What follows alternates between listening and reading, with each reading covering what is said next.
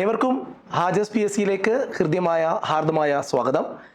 നമ്മളിന്ന് കറണ്ട് അഫയേഴ്സിൽ നിന്നും P S C bulletin പ്രസിദ്ധീകരിച്ച 2024 നടക്കാനിരിക്കുന്ന പരീക്ഷകൾക്ക് ഏറ്റവും ഇമ്പോർട്ടൻ്റ് ആയ കറണ്ട് അഫയേഴ്സ്, LD പരീക്ഷയ്ക്കും LP-SA പരീക്ഷയ്ക്കും ഏറ്റവും ഇമ്പോർട്ടൻ്റ് ആയ 2024 ഫാക്റ്റുകളെ ഉൾപ്പെടുത്തിക്കൊണ്ട് പി എസ് സി ബുള്ളറ്റിൻ പുറത്തിറക്കിയ ഏറ്റവും പ്രധാനപ്പെട്ട 40-50 ചോദ്യങ്ങളാണ് നമ്മളിന്ന് ക്ലാസ്സിനകത്ത് പഠിക്കാൻ പോകുന്നത്. ഏവർക്കും ഹാജാസ് പി എസ് സിയിലേക്ക് ഒരിക്കൽ കൂടി സ്വാഗതം. അപ്പോൾ ഒന്നാമത്തെ ചോദ്യം ഇങ്ങനെയാണ്. ചോദ്യം നമുക്കൊന്ന് കേൾക്കാം. പി വത്സലയുടെ നെല്ല് എന്ന നോവലിൽ ജീവിച്ചിരുന്ന കഥാപാത്രം.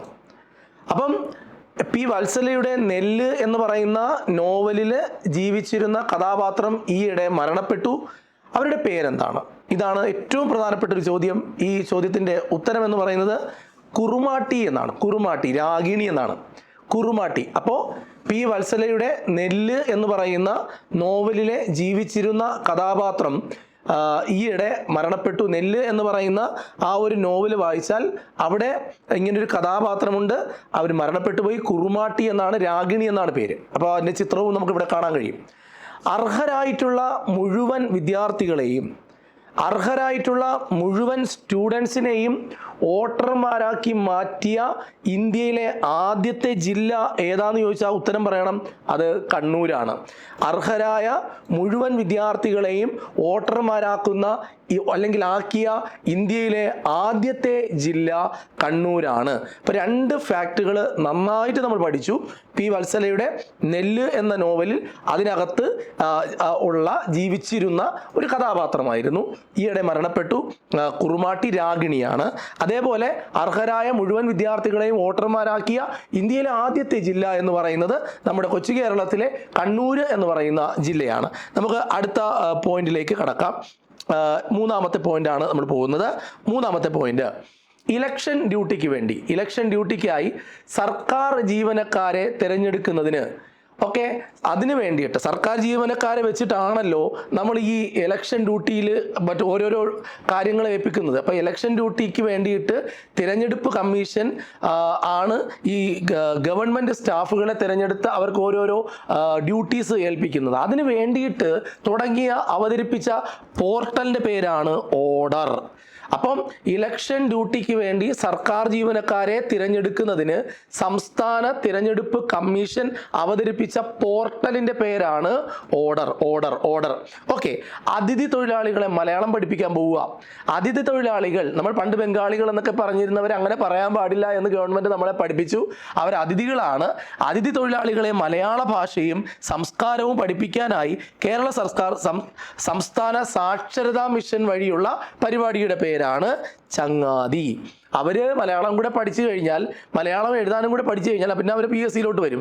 അവർ ജോലിയും കൊണ്ട് പോകും. അതിനു മുമ്പേ നമുക്ക് ജോലി വാങ്ങണം. ശ്രദ്ധിക്കണം, അതിഥി തൊഴിലാളികളെ മലയാള ഭാഷയും നമ്മുടെ സംസ്കാരവും, ഒരുപാട് വിഷയങ്ങൾ അതിഥി തൊഴിലാളികൾ വന്നിട്ട് നമ്മുടെ കേരളത്തിൽ ഉണ്ടായിട്ടുണ്ട്. അപ്പോൾ നമ്മുടെ സംസ്കാരം കൂടി അവരെ പഠിപ്പിക്കണം. ഭാഷ പഠിപ്പിക്കണം, സംസ്കാരം പഠിപ്പിക്കാനുള്ള പരിപാടിയാണ് നമ്മുടെ സർക്കാരിൻ്റെ സാക്ഷരതാ മിഷൻ വഴി ഇംപ്ലിമെൻ്റ് ചെയ്യുന്ന പരിപാടിയുടെ പേരാണ് ചങ്ങാതി. ഇലക്ഷൻ ഡ്യൂട്ടിക്ക് വേണ്ടിയിട്ട് ഗവൺമെൻറ് സ്റ്റാഫുകളെ തിരഞ്ഞെടുക്കുന്നതിന് വേണ്ടിയിട്ടുള്ള കേരള തിരഞ്ഞെടുപ്പ് കമ്മീഷൻ്റെ, സംസ്ഥാന തിരഞ്ഞെടുപ്പ് കമ്മീഷൻ്റെ പോർട്ടലിൻ്റെ പേരാണ് ഓർഡർ. ഇത് 2 പോയിൻ്റായി. അങ്ങനെ 4 പോയിന്റുകൾ എൻ്റെയും നിങ്ങളുടെയും മനസ്സിൽ അടിപൊളിയായിട്ടുണ്ട്. നമ്മൾ 5ാമത്തെ പോയിന്റിലേക്ക് പോകുന്നു. കേരളത്തിലെ 18ാമത് തെരഞ്ഞെടുപ്പ്, ലോക്സഭാ തെരഞ്ഞെടുപ്പ് നടന്നതെന്ന് നമ്മളിതാ ഇപ്പം കണ്ടതേ ഉള്ളൂ. 2024 ഏപ്രിൽ 26 കഴിഞ്ഞ മാസം നടന്നതേ ഉള്ളൂ അല്ലേ? അപ്പോൾ കേരളത്തിൽ 18ാമത് ലോക്സഭാ തെരഞ്ഞെടുപ്പ് നടന്നതെന്ന് ചോദിച്ചാൽ 2024 ഏപ്രിൽ 26 ജാതി വ്യവസ്ഥയ്ക്കെതിരെ പോരാടി രക്തസാക്ഷിത്വം വരിച്ച ഒരു നവോത്ഥാന നായകനുണ്ട്. അദ്ദേഹത്തിൻ്റെ 150ാമത്തെ രക്തസാക്ഷിത്വ ദിനമാണ് 2024 ആചരിച്ചത്. അതാരാണ്? അത് ആറാട്ടുപുഴ വേലായുധപ്പണിക്കരാണ്. കേരള നവോത്ഥാന ചരിത്രത്തിലെ ആദ്യത്തെ രക്തസാക്ഷി എന്നറിയപ്പെടുന്ന വ്യക്തിയാണ് ആറാട്ടുപുഴ വേലായുധ പണിക്കർ. അദ്ദേഹത്തിന്റെ ജാതി വ്യവസ്ഥയ്ക്കെതിരെ അതിശക്തമായി പോരാടിയ, അങ്ങനെ രക്തസാക്ഷിത്വം വരിച്ച ഒരു വ്യക്തിയാണ് ഈ ആറാട്ടുപുഴ വേലായുധ പണിക്കർ. അദ്ദേഹത്തിന്റെ 150ാമത് രക്തസാക്ഷിത്വ ദിനമാണ് 2024 ജനുവരിയിൽ നമ്മൾ ആചരിച്ചത്. അടുത്ത ചോദ്യത്തിലേക്ക് നമ്മൾ കടക്കുകയാണ്. 7ാമത്തേത്. 2024 ജനുവരി 16-ന് 100ാം ചരമ വാർഷികം ആചരിക്കപ്പെട്ട മലയാള കവിയാണ്, മലയാളികളുടെ എക്കാലത്തെയും സ്വകാര്യ അഹങ്കാരമായ കവി കുമാരനാശാൻ. വീണപൂവ് ആരുടേതാണ്? വീണപൂവ് കുമാരനാശാൻ്റെതാണ്. 2024 ജനുവരി 16-ന് 100ാമത്തെ ചരമവാർഷികം ആചരിക്കപ്പെട്ട മലയാളത്തിലെ കവി ആരെന്ന് ചോദിച്ചാൽ നിസ്സംശയം ഉത്തരം പറയണം, കുമാരനാശാൻ. തിരുവനന്തപുരത്ത് തോന്നയ്ക്കലാണ് കുമാരനാശാൻ സ്മാരകമുള്ളത് എന്നുകൂടി ഓർമ്മപ്പെടുത്തുകയാണ്. 16ാമത്തെ ധനകാര്യ കമ്മീഷനിൽ അംഗമായ മലയാളിയുടെ പേരാണ് ആനി ജോർജ് മാത്യു. 16ാമത് ധനകാര്യ കമ്മീഷനിൽ അംഗമായ മലയാളിയുടെ പേരാണ് Annie George Mathew. Annie George Mathew എന്നാണ്. അടുത്ത പോയിന്റിലേക്ക് വരാം. പൊതുജനങ്ങൾക്ക് പരാതികൾ ജില്ലാ കളക്ടറെ നേരിട്ട് നൽകുന്നതിന് വേണ്ടി IT മിഷൻ ഒരുക്കിയ ഓൺലൈൻ സംവിധാനമാണ് DC കണക്റ്റ്. DC കണക്റ്റ് എന്ന് പറഞ്ഞാൽ പൊതുജനങ്ങൾക്ക് ജില്ലാ കളക്ടർക്ക് നേരിട്ട് പരാതി നൽകാൻ പറ്റുന്ന ഒരു സംവിധാനം. അത് ഏത് വഴിയാണ്? IT മിഷൻ ഒരുക്കുന്ന ഒരു സംവിധാനമാണ് ഏത്? DC connect. മയക്കുമരുന്ന് കച്ചവടം ഉപഭോഗവും തടയാൻ സംസ്ഥാന വ്യാപകമായി പോലീസ് നടത്തുന്ന പരിശോധനയാണ് ഓപ്പറേഷൻ ഡി ഹണ്ട്. മയക്കുമരുന്ന് ഭയങ്കരം സ്കൂളുകൾ കേന്ദ്രീകരിച്ച്, ഹോസ്പിറ്റലുകൾ കേന്ദ്രീകരിച്ച്, എല്ലാ സ്ഥലങ്ങളിലുമുണ്ട്. ബസ് സ്റ്റാൻഡുകൾ കേന്ദ്രീകരിച്ച്, ഇങ്ങനെ കോളേജുകൾ കേന്ദ്രീകരിച്ചൊക്കെ മയക്കുമരുന്നിൻ്റെ കച്ചവടം നടക്കുന്നുണ്ട്, ഉപയോഗം നടക്കുന്നുണ്ട്. പണ്ട് പുരുഷന്മാരിൽ മാത്രമായിരുന്നെങ്കിൽ ഇന്ന് സ്ത്രീകളും അത് ഉപയോഗിക്കുന്നു എന്ന് കേൾക്കാൻ കഴിയുന്നുണ്ട്. ഭയങ്കര ഞെട്ടിക്കുന്ന വാർത്തകളാണ്. അങ്ങനെ മയക്കുമരുന്ന് കച്ചവടവും അതിൻ്റെ ഉപഭോഗവും തടയാൻ വേണ്ടി സംസ്ഥാന വ്യാപകമായി പോലീസ് പരിശോധന നടത്തുന്നുണ്ട്. സൂക്ഷിക്കണം, operation D hunt. Okay. Delivering digital happiness, എല്ലാവർക്കും ഒരു ഡിജിറ്റൽ ഹാപ്പിനെസ് നൽകുന്നു. ആരാണ്? K smart. അപ്പോൾ കെ സ്മാർട്ട് പദ്ധതിക്ക് തുടക്കം കുറിച്ചത് എന്നാന്ന് ചോദിച്ചാൽ ഉത്തരം പറയണം 2024 ജനുവരി 1 ന്യൂ ഇയറിന്. നമ്മുടെ ഈ ന്യൂ ഇയറിന് കെ സ്മാർട്ട് പദ്ധതിക്ക് തുടക്കം കുറിച്ചത് 2024 ജനുവരി 1. കെ സ്മാർട്ട് പദ്ധതി 2024 ജനുവരി 1. സമ്പൂർണ്ണ ഭരണഘടന, അതായത് കംപ്ലീറ്റ് കോൺസ്റ്റിറ്റ്യൂഷണൽ ലിറ്ററസി നേടുന്ന ഇന്ത്യയിലെ ആദ്യത്തെ ജില്ല കൊല്ലമാണ്. അതായത് സമ്പൂർണ്ണ ഭരണഘടനാ സാക്ഷരത നേടുന്ന ഇന്ത്യയിലെ ആദ്യത്തെ ജില്ല ഏതെന്ന് ചോദിച്ചാൽ ഉത്തരം പറയണം, അത് കൊല്ലം ജില്ലയാണ്. കൊല്ലം ജില്ല. ശ്രദ്ധിക്കൂ, സംസ്ഥാനത്ത് ആദ്യമായി ഓൺലൈൻ ഓൺലൈനിലൂടെ ഗ്രാമസഭ സംസ്ഥാനത്ത് ആദ്യമായി ഓൺലൈൻ ഗ്രാമസഭ കൂടിയത് എവിടെയെന്ന് ചോദിച്ചാൽ, അത് ഏത് പഞ്ചായത്താണെന്ന് ചോദിച്ചാൽ തിരുവനന്തപുരം ജില്ലയിലെ മലയങ്കീഴ് പഞ്ചായത്ത്. തിരുവനന്തപുരം ജില്ലയിലെ മലയങ്കീഴ് പഞ്ചായത്താണ് സംസ്ഥാനത്ത് ആദ്യമായി ഓൺലൈനിലൂടെ ഗ്രാമസഭ സംഘടിപ്പിച്ചത്. കേരളത്തിലെ ആദ്യത്തെ ദീപാലങ്കൃതമായ, ഭയങ്കരമായിട്ട് അതായത് ദീപങ്ങൾ കൊണ്ട് ദീപാലങ്കൃതമായ പാലം എവിടെയാണ്? കേരളത്തിലെ ആദ്യത്തെ ദീപാലങ്കൃത പാലം എവിടെയാണെന്ന് ചോദിച്ചാൽ ഉത്തരം പറയണം, അത് ഫറോക്ക് പാലമാണ്. എവിടെയാണ്? ഫറോക്ക് പാലം. ഓക്കെ. അടുത്തത് 14. 2024 ഫെബ്രുവരിയിൽ അന്തരിച്ച കവി. 2024 ഫെബ്രുവരിയിൽ ഈ കവി അന്തരിക്കുന്നു. ആരാണ്? അദ്ദേഹം നിരൂപകനാണ്. NK ദേശം എന്നാണ് അറിയപ്പെടുന്നത്. അദ്ദേഹത്തിൻ്റെ യഥാർത്ഥ പേര് എന്ന് പറയുന്നത് കുട്ടിക്കൃഷ്ണപിള്ള. കുട്ടിക്കൃഷ്ണപിള്ള. NK ദേശം പേര് കുട്ടിക്കൃഷ്ണപിള്ള എന്നാണ്. രാജ്യാന്തര AI ആർട്ടിഫിഷ്യൽ ഇൻ്റലിജൻസ് രാജ്യാന്തര AI ഉച്ചകോടിക്ക് വേദിയാകുന്നത് നമ്മുടെ കൊച്ചിയാണ്, എറണാകുളം കൊച്ചിയാണ്. രാജ്യാന്തര AI സബ്മിറ്റ് എവിടെയാണ് നടക്കുന്നത്? കേരളത്തിലാണ്. കേരളത്തിൽ എവിടെയാണ് നടക്കുന്നത്? കൊച്ചിയിൽ വെച്ചാണ് നടക്കുന്നത്. മറന്നുപോകരുത്. അടുത്ത പോയിന്റിലേക്ക്. ജി ശങ്കരക്കുറുപ്പിൻ്റെ പേരിലുള്ള മഹാകവി മഹാകവി ജി എന്ന് പറഞ്ഞൊരു സ്മാരകമുണ്ട്. അത് ആരുടെ പേരിലുള്ളതാണ്? ജി ശങ്കരക്കുറുപ്പിൻ്റെ പേരിലുള്ളതാണ്. അതെവിടെയാണ്? നമ്മുടെ കൊച്ചിയിലാണ്, മറൈൻ ഡ്രൈവിലാണ് ഇങ്ങനെ ഒരു സ്മാരകമുള്ളത്. ജി സ്മാരകം അല്ലെങ്കിൽ മഹാകവി ജി സ്മാരകം എന്നാണ് അറിയപ്പെടുന്നത്. ആ സ്മാരകത്തിൽ ജി എന്ന് എഴുതിയ ഒരു ലെറ്റർ നമുക്കിവിടെ കാണാൻ പറ്റും. ചിത്രത്തിലെല്ലാം വ്യക്തമാണ്.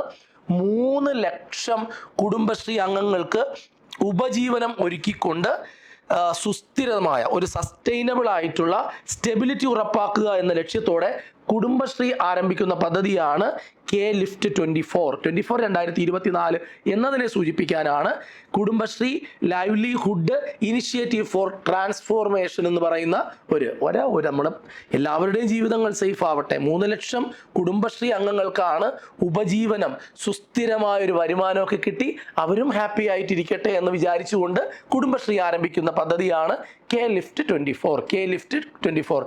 ജി സ്മാരകം എവിടെയാണ്? മറൈൻ ഡ്രൈവിലാണ്, കൊച്ചിയിലാണ് കേട്ടോ. ജി സ്മാരകം, ജി ശങ്കരക്കുറുപ്പിന്റെ സ്മരണാർത്ഥമുള്ള സ്മാരകം. ആദിവാസികളെ കണ്ടാൽ നമുക്ക് അറിയാൻ പറ്റുന്നത് അവർ ഭയങ്കര ആരോഗ്യം ഭയങ്കര മോശമായിരിക്കും. അപ്പോൾ ആദിവാസി ജനങ്ങൾക്ക് ആരോഗ്യ സേവനങ്ങൾ നേരിട്ട് എത്തിക്കുക എന്ന ലക്ഷ്യത്തോടു കൂടി സംസ്ഥാന വനം വകുപ്പ് നടപ്പിലാക്കുന്ന പദ്ധതിയാണ് സ്നേഹഹസ്തം. സ്നേഹത്തോടെ കൈപിടിച്ച് അവരെ ആരോഗ്യപരമായി സ്ട്രോങ് ആക്കുകയാണ്. ആദിവാസി ജനങ്ങൾക്ക് ആരോഗ്യ സേവനങ്ങൾ നേരിട്ട് എത്തിക്കുവാനുള്ള സംസ്ഥാന വനം വകുപ്പ് നടപ്പിലാക്കുന്ന പദ്ധതിയാണ് സ്നേഹഹസ്തം. കേരളം കണ്ട എക്കാലത്തെയും ഏറ്റവും മികച്ച രാഷ്ട്രീയ പ്രവർത്തകന്മാരുടെ കൂട്ടത്തിൽ ഏറ്റവും കൂടുതൽ കോട്ടയം എന്ന് പറയുന്ന ജില്ലയ്ക്ക് വേണ്ടി ജീവിച്ച് മരിച്ച ഒരാൾ, അദ്ദേഹത്തിൻ്റെ പേരാണ്, മുൻ മന്ത്രിയാണ് KM മാണി. അദ്ദേഹത്തിൻ്റെ ആത്മകഥയുടെ പേര് ആത്മകഥ എന്നാണ്. അദ്ദേഹത്തിൻ്റെ ആത്മകഥയുടെ KM മാണിയുടെ ആത്മകഥയുടെ പേര് ആത്മകഥ എന്നാണ്. അടുത്ത ചോദ്യത്തിലേക്ക് വരാം. അടുത്ത ചോദ്യം, 36ാമത്തെ കേരള ശാസ്ത്ര കോൺഗ്രസിന് വേദിയാകുന്നത് കാസർഗോഡാണ്. മറക്കരുത്, 36ാമത് കേരള സയൻസ് കോൺഗ്രസ് എവിടെ വെച്ചാണ് നടക്കുന്നതെന്ന് ചോദിച്ചാൽ ഉത്തരം പറയണം, അത് കാസർഗോഡാണ്. ലോകത്തിലെ ഏറ്റവും വൃത്തിയുള്ള കടൽ തീരങ്ങൾക്ക് foundation for environment education Denmark നൽകുന്ന ബ്ലൂ ഫ്ലാഗ് സർട്ടിഫിക്കറ്റ് കിട്ടിയ കേരളത്തിലെ കടൽ തീരം, ഏറ്റവും നല്ല കടൽ തീരം, വൃത്തിയുള്ള കടൽ തീരം, ഏറ്റവും മികച്ച ഏറ്റവും വൃത്തിയുള്ള കടൽ തീരം നമ്മുടെ കാപ്പാട് കോഴിക്കോട് കാപ്പാട് കടൽ തീരം എന്ത് കിട്ടി? ബ്ലൂ ഫ്ലാഗ് സർട്ടിഫിക്കറ്റ് കിട്ടി. എവിടെ നിന്നാണ്? ഡെൻമാർക്കിൽ നിന്ന് കിട്ടി. ഓക്കെ, എല്ലാം ചോദിക്കാൻ കൊള്ളാവുന്ന നല്ല ചില ചോദ്യങ്ങളാണ്. മുൻ ചീഫ് സെക്രട്ടറിയും മുഖ്യ വിവരാവകാശ കമ്മീഷണറുമായിരുന്ന വിശ്വാസ് മേത്തയുടെ മലയാളത്തിലെ ആത്മകഥയുടെ പേരാണ് അതിജീവനം. വിശ്വാസ് മേത്തയുടെ മലയാളത്തിലുള്ള ആത്മകഥയുടെ പേരാണ് അതിജീവനം. വിശ്വാസ് മേത്ത ആരാണ് എന്ന് ഞാൻ പറയേണ്ട, അവിടെ കൊടുത്തിട്ടുണ്ട്. മുൻ ചീഫ് സെക്രട്ടറി, മുഖ്യ വിവരാവകാശ കമ്മീഷന്റെ ചെയർമാനൊക്കെ ആയിരുന്ന വ്യക്തിയാണ്, മുഖ്യ വിവരാവകാശ കമ്മീഷണർ ആയിരുന്ന വ്യക്തിയാണ്. കേരളത്തിലെ ആദ്യത്തെ സൗജന്യ വൈഫൈ പാർക്ക്, സൗജന്യമായി വൈഫൈ ഉപയോഗിക്കാൻ കഴിയുന്ന സൗജന്യ വൈഫൈ പാർക്ക് കേരളത്തിലെ ആദ്യത്തേത് കോഴിക്കോടാണ്. മാനാഞ്ചിറ സ്ക്വയർ ആണ് കേരളത്തിലെ ആദ്യത്തെ സൗജന്യ വൈഫൈ പാർക്ക് എന്ന് പറയുന്നത്. അടുത്ത പോയിന്റിലേക്ക്, ഡിമെൻഷ്യ, മെമ്മറി ലോസ്, ഓർമ്മ പെട്ടെന്ന് നഷ്ടപ്പെട്ടു പോകുന്നൊരവസ്ഥ, മെമ്മറി ലോസ് ആണ് ഡിമെൻഷ്യ ഇല്ലാത്ത മനുഷ്യർ, ഡിമെൻഷ്യ സൗഹൃദ കേരളം സാക്ഷാത്കരിക്കുന്നതിന് വേണ്ടിയിട്ട് കേരള സാമൂഹ്യ സുരക്ഷാ മിഷൻ വഴി സാമൂഹ്യ നീതി വകുപ്പ് നടപ്പിലാക്കുന്ന പദ്ധതിയാണ് ഓർമ്മത്തോണി. എന്താണ്? ഡിമെൻഷ്യ എന്ന് പറഞ്ഞാൽ മെമ്മറി നഷ്ടപ്പെട്ടു പോകുക, മെമ്മറി ലോസ്. അങ്ങനെ ഡിമെൻഷ്യ സൗഹൃദ കേരളം കെട്ടിപ്പടുക്കാനുള്ള പരിപാടിയുടെ പേരാണ് ഓർമ്മത്തോണി. ഇന്ത്യയുടെ അഭിമാന പദ്ധതിയാണ് ഗഗൻയാൻ. ഇതിൻ്റെ ദൗത്യത്തിൻ്റെ തലവൻ ആരാണ്? അതാണ് പ്രശാന്ത് ബാലകൃഷ്ണൻ നായർ. ഇന്ത്യയുടെ അഭിമാന പദ്ധതിയായ ഗഗൻയാൻ ദൗത്യത്തിൻ്റെ തലവനായ മലയാളിയാണ് പ്രശാന്ത് ബാലകൃഷ്ണൻ നായർ. മറക്കരുത്, ഓർമ്മയിലിരിക്കണം. ഇടുക്കിയിൽ കുളമാവിൽ LP പരീക്ഷയ്ക്ക് ചോദിക്കുമേ, 100% ചോദിക്കും ഈ ചോദ്യം. ഇടുക്കിയിലെ കുളമാവിൽ നിന്ന് ഗവേഷകർ കണ്ടെത്തിയ പുതിയ ഒരു ഓന്തുണ്ട്, ഒരു പുതിയ സ്പീഷീസ് ആണ് വടക്കൻ കങ്കാരു ഓന്ത് എന്നാണ് നമ്മൾ മലയാളത്തിൽ നമ്മൾ അതിനെ പറയുന്നത്. അതിനൊരു സയന്റിഫിക് നെയിം ഉണ്ട്. അതെന്താണ്? അഗസ്ത്യ ഗാമ എഡ്ജ് എന്നാണ്. അഗസ്ത്യ ഗാമ എഡ്ജ് ആണ് ഈ സാധനത്തെയാണ് കണ്ടുപിടിച്ചത്. Agastya gamma edge.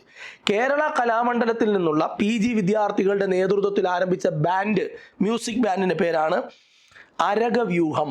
കേരള കലാമണ്ഡലത്തിലെ കുട്ടികളെല്ലാവരും കൂടി ചേർന്നിട്ട് PG വിദ്യാർത്ഥികളുടെ നേതൃത്വത്തിൽ ആരംഭിച്ച മ്യൂസിക് ബാൻഡിന്റെ പേരാണ് അരകവ്യൂഹം. അരകവ്യൂഹം, അരകവ്യൂഹം എന്നാണ് അതിന്റെ പേര്.